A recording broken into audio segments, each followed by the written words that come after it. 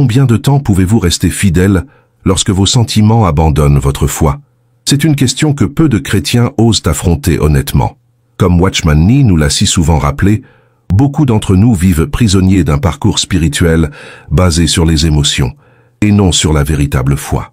Avez-vous déjà remarqué à quel point votre engagement envers Dieu fluctue en fonction de vos sentiments? Cette réalité révèle une vérité troublante sur notre vie spirituelle que nous devons examiner aujourd'hui. Avant de poursuivre, je vous prie de confirmer votre inscription à cette chaîne afin que le Seigneur continue de diriger ses messages vers votre cœur. La vérité que nous partagerons aujourd'hui pourrait transformer complètement votre marche chrétienne. Watchman Nee, dans sa profonde sagesse spirituelle, nous a enseigné que l'une des exigences fondamentales pour servir Dieu est de renoncer à la vie d'émotion et de vivre entièrement par la foi. Cette déclaration remet en question le fondement sur lequel beaucoup d'entre nous ont construit leur vie chrétienne. Nous observons autour de nous une multitude de croyants qui servent Dieu lorsqu'ils sentent sa présence, lorsqu'ils éprouvent de la joie dans la louange, lorsqu'ils voient des fruits immédiats dans leur travail. Mais où sont ces mêmes chrétiens lorsque la sécheresse spirituelle arrive, lorsque le travail pour le royaume semble infructueux, lorsque la croix pèse sur leurs épaules? La vérité déconcertante est qu'un chrétien d'émotionnel est pratiquement inutile entre les mains du Seigneur. Cela peut sembler sévère, mais c'est la réalité que nous devons affronter. Celui qui vit par le sentiment sait profiter du plaisir momentané de l'adoration, des larmes d'une conférence inspirante, de l'enthousiasme d'un culte animé, mais il ne parvient pas à persévérer dans le travail ardu que Christ exige de ses disciples. Réfléchissez un instant. Combien de fois avez-vous abandonné un ministère, cessé de prier, arrêté de lire la parole, ou renoncé à servir parce que vous ne sentiez plus le même enthousiasme initial? C'est la marque de quelqu'un qui n'a pas encore atteint la maturité spirituelle nécessaire pour être un véritable ouvrier de Dieu. Comme Watchman Nee l'a affirmé, une telle personne vit encore pour elle-même et non pour Dieu, et vivre pour le Seigneur est la condition préalable pour travailler pour lui. La Bible nous dit dans Hébreux 10:38, « Et mon juste vivra par la foi. Mais s'il se retire, mon âme ne prend point plaisir en lui. » Remarquez comment l'Écriture oppose la vie de foi au recul, à l'abandon.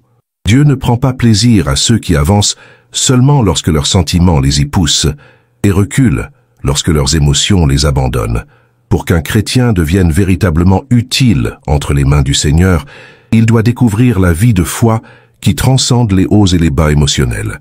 Tant que notre objectif de vie restera la recherche du plaisir spirituel, nous resterons pris au piège d'un cycle interminable d'enthousiasme et de découragement.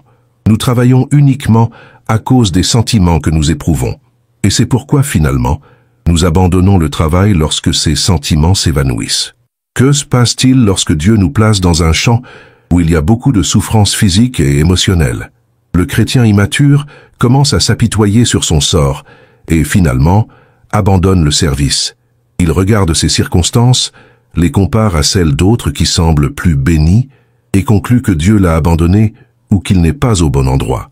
Mais la véritable œuvre du chrétien doit être l'œuvre de la croix, exactement comme celle du Seigneur Jésus.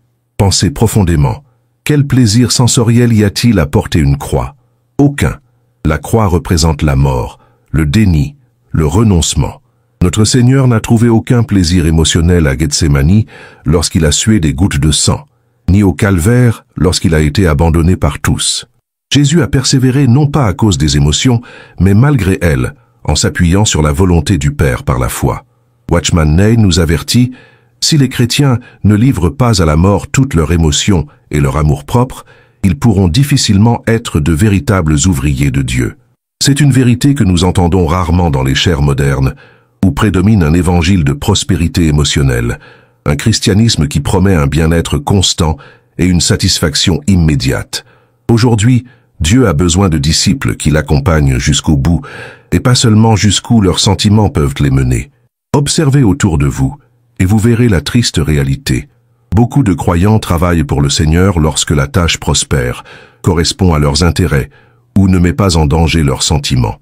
Cependant, avec quelle rapidité ils battent en retraite dès que la croix leur survient, leur exigeant la mort et ne leur offrant aucun secours, si ce n'est de s'accrocher à Dieu par la foi.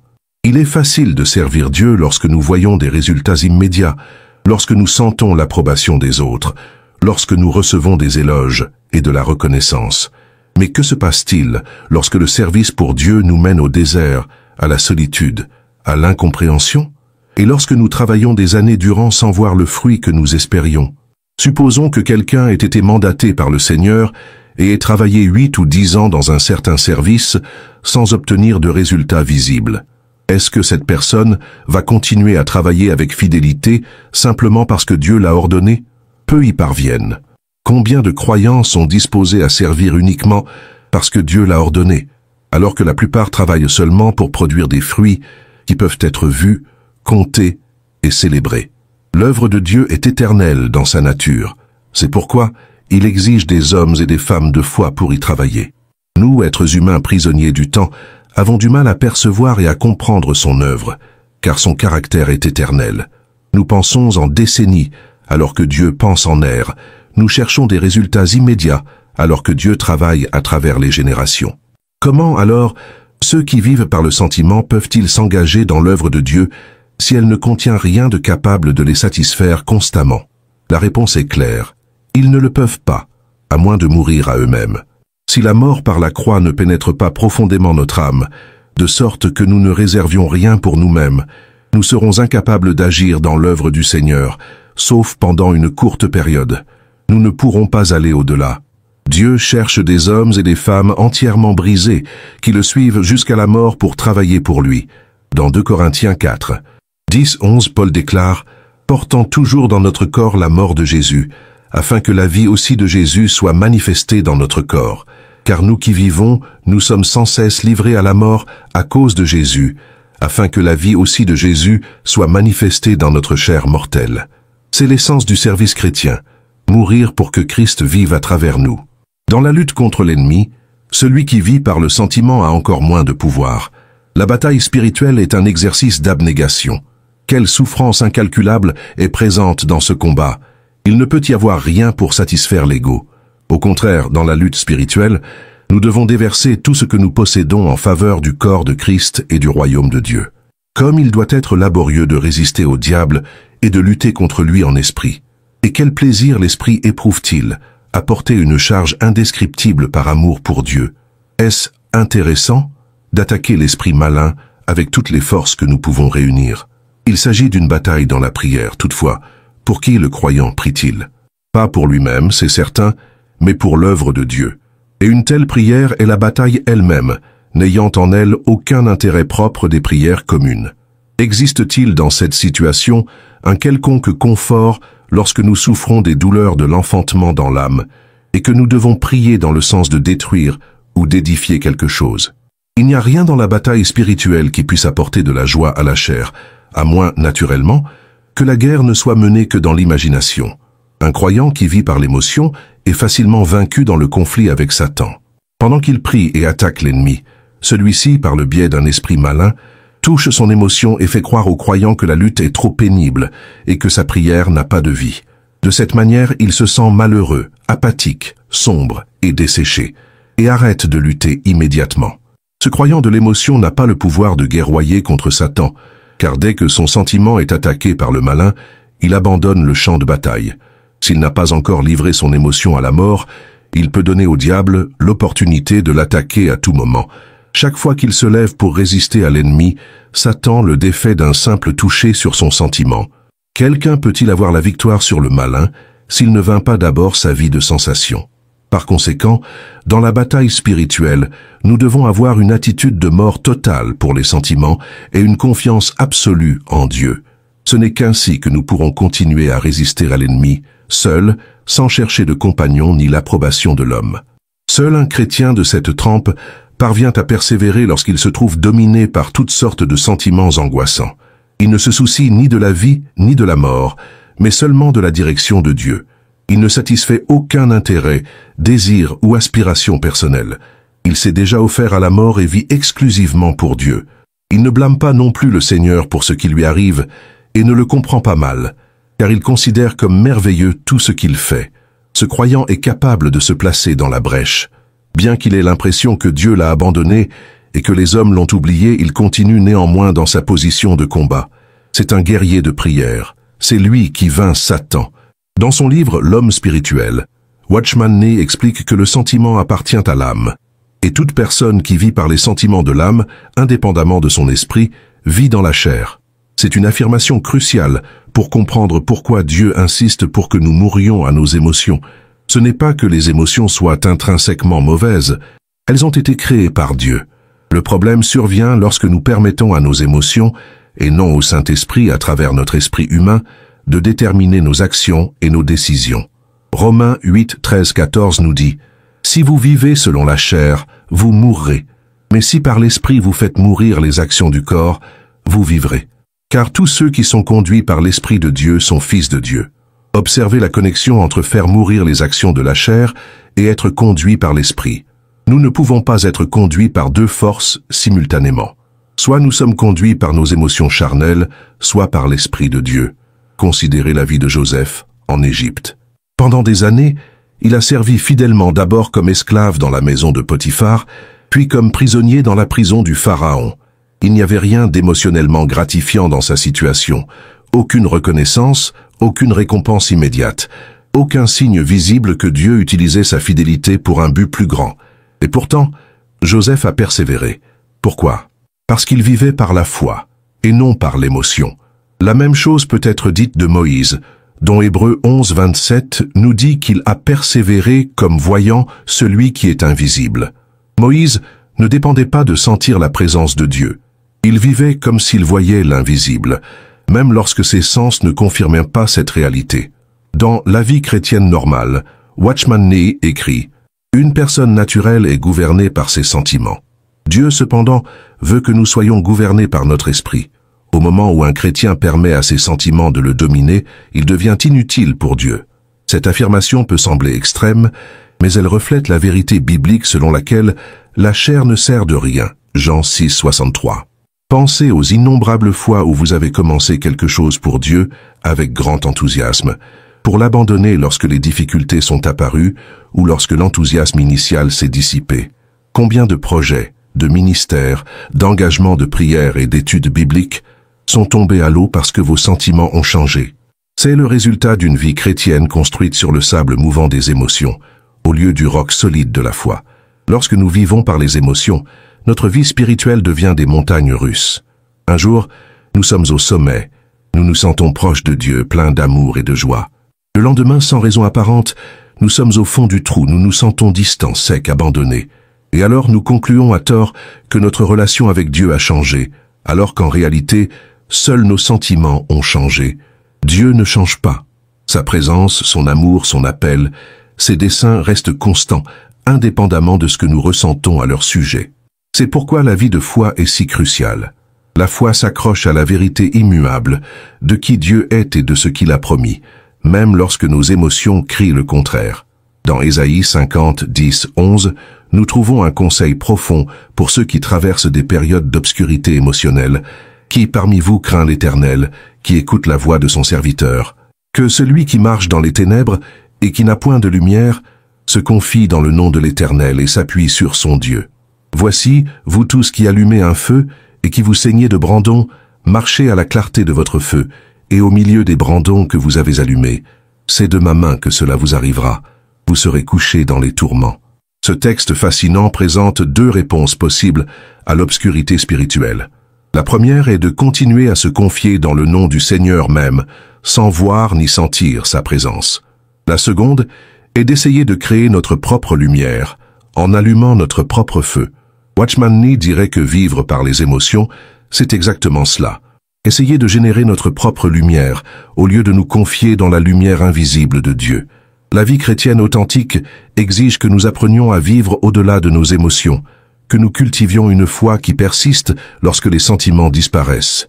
Comme Paul l'a écrit dans 2 Corinthiens 5, 7, « Car nous marchons par la foi et non par la vue. » Marcher par la foi signifie continuer à obéir, à servir, à adorer et à se confier, même lorsque nous ne voyons ou ne sentons rien qui confirme que nous sommes sur le bon chemin. Observez la vie de Jésus. Il a vécu en parfaite communion avec le Père, et pourtant, à Gethsémani, ses émotions étaient en tumulte. « Mon âme est profondément triste jusqu'à la mort », a-t-il dit. Matthieu 26, 38. Cependant, Jésus n'a pas permis à ses émotions de déterminer ses actions. Au lieu de cela, il a soumis ses sentiments à la volonté du Père. Toutefois, non pas ce que je veux, mais ce que tu veux. Matthieu 26, 39. C'est le secret de la vie chrétienne victorieuse. Non pas l'absence d'émotions douloureuses, mais la soumission de ces émotions à la volonté de Dieu. Il ne s'agit pas de devenir stoïque ou insensible, mais d'empêcher nos sentiments de dominer nos décisions et nos actions. Watchman Nee souligne que la mort opère en nous, mais la vie en vous. 2 Corinthiens 4, 12. Lorsque nous mourons à nos émotions égoïstes, la vie de Christ peut couler à travers nous vers les autres. C'est un paradoxe divin. En renonçant à la vie centrée sur les émotions, nous trouvons une vie plus abondante, centrée sur Christ. Pensez aux personnes qui ont le plus marqué votre cheminement avec Dieu. Ce ne sont probablement pas celles qui vivaient des montagnes russes émotionnelles, mais celles qui faisaient preuve d'une constance inébranlable, d'une fidélité qui persistait dans les circonstances les plus adverses. Ce sont les chrétiens qui sont morts à leurs émotions et qui vivent par la foi. Dans son ministère, Watchman Nee a subi la persécution, la prison, la torture et finalement la mort pour sa foi. Pendant ces 20 années d'incarcération, il n'avait aucune raison émotionnelle de rester fidèle. Toutes les circonstances extérieures suggéraient que Dieu l'avait abandonné, que son ministère avait été vain. Et pourtant, il a persévéré jusqu'à la fin, écrivant des lettres inspirantes sur des bouts de papier qu'il faisait sortir clandestinement de prison. C'est ça, vivre par la foi, et non par l'émotion. Comment pouvons-nous développer cette vie de foi qui transcende les émotions? Watchman Nee suggérerait plusieurs pratiques spirituelles. Premièrement, nous devons reconnaître et confesser notre dépendance aux émotions. Admettre que nous servons souvent Dieu pour le plaisir que cela nous apporte et non à cause de qui il est. Cette confession honnête est le premier pas vers la libération. Deuxièmement, nous devons cultiver l'habitude d'obéir à Dieu, peu importe ce que nous ressentons. Quand nous n'avons pas envie de prier, nous prions quand même. Quand nous ne ressentons aucune joie à lire la Bible, nous la lisons quand même. Quand nous ne ressentons aucun amour pour nos frères et sœurs, nous les servons quand même. Progressivement, l'obéissance constante construit un caractère qui ne dépend plus des émotions. Troisièmement, nous devons méditer sur les vérités immuables de la parole de Dieu, et non sur nos expériences émotionnelles fluctuantes. La Bible doit être notre encre, et non nos sentiments. Quand nous nous sentons abandonnés par Dieu, nous nous rappelons sa promesse. Je ne te délaisserai point, et je ne t'abandonnerai point. Hébreux 13, 5. Quatrièmement, nous devons rechercher la communion avec d'autres croyants qui apprennent aussi à vivre par la foi. Il y a de la force dans la communauté. Quand mes émotions me trahissent, mes frères et sœurs peuvent me rappeler la vérité qui transcende mes sentiments momentanés. Cinquièmement, nous devons remettre nos émotions à la croix quotidiennement. Comme Paul, nous devons dire « J'ai été crucifié avec Christ, et si je vis, ce n'est plus moi qui vis, c'est Christ qui vit en moi. Si je vis maintenant dans la chair, je vis dans la foi au Fils de Dieu, qui m'a aimé et qui s'est livré lui-même pour moi. » Galates 2, 20. La vie chrétienne authentique n'est pas une vie sans émotion, mais une vie où les émotions sont soumises à la vérité et à la volonté de Dieu. C'est une vie où la foi, et non le sentiment, détermine nos actions et nos décisions. Watchman Nee nous avertit, beaucoup de gens confondent la foi avec le sentiment. Quand ils se sentent bien, ils pensent qu'ils ont la foi. Quand ils ne se sentent pas bien, ils pensent qu'ils ont perdu la foi. En réalité, la foi n'a rien à voir avec le sentiment. La foi, c'est croire et agir conformément à ce que Dieu a dit, peu importe ce que nous ressentons. Considérez la femme atteinte d'une perte de sang dans Luc 8. Pendant 12 ans, elle a souffert non seulement physiquement, mais aussi émotionnellement. Nous pouvons imaginer le désespoir, la honte, la dépression qu'elle a dû ressentir. Si elle avait vécu selon ses émotions, elle ne se serait jamais approchée de Jésus, mais elle a agi par la foi, et non par le sentiment, et elle a été guérie. De même, le père du fils démoniaque dans Marc 9 a honnêtement admis sa lutte émotionnelle. « Je crois, viens au secours de mon incrédulité. » Il n'a pas attendu que ses sentiments s'alignent parfaitement avec sa foi. Il a agi avec le peu de foi qu'il avait, reconnaissant sa faiblesse émotionnelle, et Jésus a répondu. Quand Paul et Silas ont été battus et jetés en prison à Philippe, acte 16, ils ne se sentaient pas émotionnellement enclins à adorer. Leur corps était douloureux, leur avenir était incertain, leur mission semblait avoir été contrecarrée, mais ils ont choisi d'adorer quand même, chantant des hymnes à Dieu au milieu de la nuit. Ils vivaient par la foi et non par l'émotion, et Dieu a honoré cette foi avec un tremblement de terre libérateur.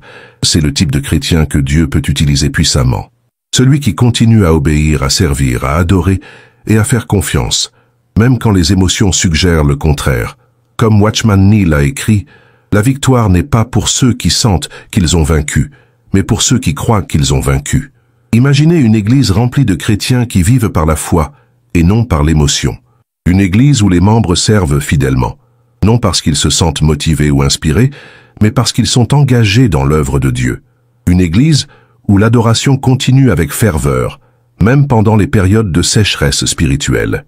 Une église où les chrétiens persévèrent dans la prière, même quand ils n'ont pas l'impression que leurs prières sont entendues. Cette église serait invincible. Satan n'aurait aucun moyen de la vaincre, car ses membres ne dépendraient pas d'émotions qu'il pourrait manipuler. Cette église avancerait constamment, non par des spasmes d'enthousiasme suivis de périodes d'inactivité, mais avec la constance inébranlable qui vient de la foi. C'est cette église que Dieu construit à travers ceux qui apprennent à mourir à leurs émotions et à vivre par la foi. Et c'est ce type de chrétien qu'il vous appelle à devenir. Le choix vous appartient aujourd'hui. Continuerez-vous à vivre au gré des montagnes russes émotionnelles, servant Dieu seulement quand vous vous sentez bien, priant seulement quand vous vous sentez inspiré, adorant seulement quand vous sentez la présence de Dieu? Ou remettrez-vous vos émotions à la croix et apprendrez-vous à vivre par la foi, persévérant sur le chemin de l'obéissance, peu importe ce que vous ressentez? Watchman Nee nous met au défi. La véritable spiritualité ne consiste pas à faire des choses extraordinaires, mais à faire des choses ordinaires avec un cœur extraordinaire. Ce cœur extraordinaire est formé par la mort aux émotions et la naissance à la vie de foi. La vie de foi n'est pas facile. C'est un chemin de croix, un chemin de mort à soi-même. Mais c'est aussi le chemin de la vraie vie, de la vraie liberté, de la vraie utilité entre les mains de Dieu. Dans 1 Pierre 1, 6, 7, nous lisons: « C'est là ce qui fait votre joie, quoique maintenant, puisqu'il le faut, vous soyez attristés pour un peu de temps par diverses épreuves, afin que l'épreuve de votre foi, plus précieuse que l'or périssable, qui cependant est éprouvé par le feu, ait pour résultat la louange, la gloire et l'honneur lorsque Jésus-Christ apparaîtra. » Notez que Pierre ne dit pas si nous sommes attristés par diverses épreuves, mais quoique nous le soyons. Les épreuves sont inévitables, et avec elles viendront des émotions douloureuses. Mais ces épreuves ont un but divin, confirmer la valeur de notre foi, qui est plus précieuse que l'or périssable. Quand nous nous attachons à la foi au milieu des émotions contradictoires, nous accumulons un trésor éternel qui aura pour résultat la louange, la gloire et l'honneur lorsque Jésus-Christ apparaîtra. Nos émotions sont passagères, mais notre foi, raffinée par le feu des épreuves, demeurera pour toujours. Comme Watchman Nee nous le rappelle, ce qui importe, ce n'est pas ce que nous ressentons, mais ce que Dieu dit. Ce n'est pas ce que nous voyons, mais ce que nous croyons. Ce n'est pas ce que nous expérimentons, mais ce que nous savons être vrai. Si vous êtes arrivé jusqu'ici dans ce message, cela signifie que le Saint-Esprit parle à votre cœur de la nécessité de transcender la vie basée sur les émotions et d'entrer dans la vie de foi. N'ignorez pas cet appel. N'attendez pas que vos émotions soient alignées avec la vérité. Décidez aujourd'hui que vous suivrez Christ.